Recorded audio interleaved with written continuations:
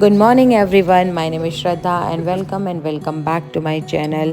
सो आप सोच रहे होगे मैं इतनी सुबह सुबह कहाँ जा रही हूँ। सो मैं जा रही हूँ गुरुवायू अप्पम टेम्पल, जो कि केरला में स्थित है और इसको द्वारिका ऑफ साउथ भी कहते हैं। सो ये मंदिर श्री कृष्ण का है और ये भगवान विष्णु के उस रूप का मंदिर है जब उन्होंने देवकी और वासुदेवा को जेल में जन्म देने से पहले जिस रूप में उन्होंने दर्शन दिए थे, उस रूप का यहाँ पे मूर्ति है। सो ये मूर्ति 500 साल पुरानी मूर्ति है, ऐसा कहते हैं। और कहते हैं कि द्वारका नगरी जब डूब रही थी तो श्री कृष्ण ने गुरु बृहस्पति को समुंदर से उनकी वो मूर्ति निकालने का संदेश दिया और बोला कि इस मूर्ति को किसी पवित्र स्थान पर स्थापित कर दिया जाए। तब गुरु बृहस्पति ने और वायुदेव ने मिलकर इस स्थान पर इस मूर्ति को स्थापित कर दिया था। इसी वजह से इस स्थान का नाम गुरुवायु पड़ गया।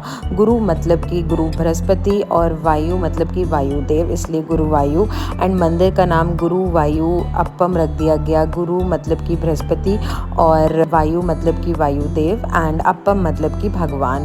सो इस तरीके से इन दोनों जगह और मंदिर का नाम इस तरीके से पड़ा। सो यहाँ पे लड़कों के लिए ड्रेस कोड धोती है और लड़कियाँ कोई भी ट्रेडिशनल कपड़े पहन सकती हैं, सूट, साड़ी, स्कर्ट, कुछ भी, मतलब बस ट्रेडिशनल होना चाहिए। सो इस मंदिर में पार्किंग भी नहीं मिलती। हम इतना अर्ली आए हैं, अभी 6:30 हो रहे हैं, बट स्टिल पार्किंग नहीं मिली। बहुत ही दूर जाके हमने पार्क किया है और इस मंदिर में बहुत ही ज़्यादा भीड़ थी, मैं आप इमेजिन भी नहीं कर सकते। मतलब लोग 3-3 बजे से लगे थे और अभी तक उनके दर्शन का नंबर नहीं आया था। और यहाँ पे बहुत ही ज़्यादा डेवलप है ये गुरुवायु। यहाँ पे आपको बहुत अच्छा ब्रास का सामान, आपको बहुत ज़्यादा अच्छा मेटल का सामान, प्लस साड़ियाँ, कपड़े और बहुत यूनिक चीज़ें आपको मिल जाएंगी। बहुत ही बड़ा और ह्यूज मार्केट था यहाँ का। इट्स नॉट, आपको ऐसा लगेगा ही नहीं कि डेवलप नहीं है। बहुत आपको स्टे के लिए काफ़ी कुछ मिल जाएगा, खाने के लिए काफ़ी कुछ मिल जाएगा। सब बहुत वेज रेस्टोरेंट्स थे यहाँ पे और यहाँ पे अलग ही वाइब थी। मतलब इतनी अर्ली मॉर्निंग मैंने त्रिवेंद्रम में भी भीड़ नहीं देखी। और आप देख सकते हो कि कितने अच्छी यहाँ पे शॉप्स हैं। मैंने भी यहाँ से एक मेटल के बुद्धा जी खरीदे थे। सो आप भी यहाँ से कुछ भी ब्रास का या डिफरेंट मेटल का कुछ भी यहाँ से ख़रीद सकते हो, या फिर यहाँ पे बहुत अच्छे सोवेनियर्स भी मिल रहे थे तो आप वो भी ख़रीद सकते हो। और आप देख सकते हो कि 6:30 पे कितनी ज़्यादा भीड़ है। और यहाँ पे लोगों की मान्यता है कि यहाँ पे शादी करना और बच्चों का अन्न प्रसादन करना बहुत ही ज़्यादा शुभ माना जाता है। तो आप यहाँ पे मतलब डेली बेसिस पे 10 से 15 शादियाँ होती हुई देख लोगे, बिकॉज़ मैंने ही अपनी आंखों के सामने 3 से 4 कपल शादी करते हुए दिख गए थे। ये मंडप है यहाँ पे साइड में, यहाँ पे शादियाँ होती हैं एंड लिटरली फ़ोटो शूट्स भी होते हैं। सो मतलब इतनी भीड़ में आई डोंट नो लोग यहाँ पे अब शादी भी करने आते हैं। यहाँ पे हम दर्शन करने में बहुत ज़्यादा परेशान हो गए थे बिकॉज़ इतना ज़्यादा क्राउड था। बल्कि आज कुछ ऐसा फेस्टिवल भी नहीं था, स्टिल इतना ज़्यादा क्राउड है। तो मैं इमेजिन नहीं कर सकती कि जन्माष्टमी पे यहाँ पे क्या माहौल रहता होगा। हाँ, यहाँ पे ये लाइंस में इन्होंने सीटिंग अरेंजमेंट भी कर रखा है, जो आप अपने नंबर आते आते यहाँ पे आप बैठ भी सकते हो। तो वो भी एक अलग ही चलो इन्होंने ध्यान दिया है, बट बहुत ही ज़्यादा क्राउडेड था। मतलब मैं इमेजिन भी नहीं कर सकती। एंड यहाँ पे स्पेशल दर्शन की टिकट 1000 थी, जिसमें भी भीड़ थी। तो मतलब एक तो मुझे ये साउथ का सीन नहीं समझ आता है। प्लीज़ आप अगर साउथ से हैं तो नाराज़ मत होइएगा, but I don't like that कि आप हर चीज़ के आप पैसे ले रहे हो। स्पेशल दर्शन के भी पैसे हो रहे हैं 1000 रुपीज़। अगर कोई 5 का परिवार लेके आ रहा है तो 5000 उसको सिर्फ और सिर्फ दर्शन के लग रहे हैं। And travelling cost is different, और अगर वो स्टे कर रहा है तो उसके अलग, खाने के अलग। तो मतलब ये बहुत ही गलत बात है। आप सभी को एक समान रखो, बस पैसे नहीं है तो वो वहाँ तक दर्शन ही नहीं कर सकता, ये गलत है। या फिर उसको सुबह से लेकर रात लग जाएगी, उसको दर्शन ही नहीं मिलेंगे। तो हाँ, बहुत ही ज़्यादा फेमस और क्राउडेड था, ये मानना पड़ेगा। और आप देख लीजिए यहाँ पे शादी हो रही है, जैसे कि मैंने बताया था।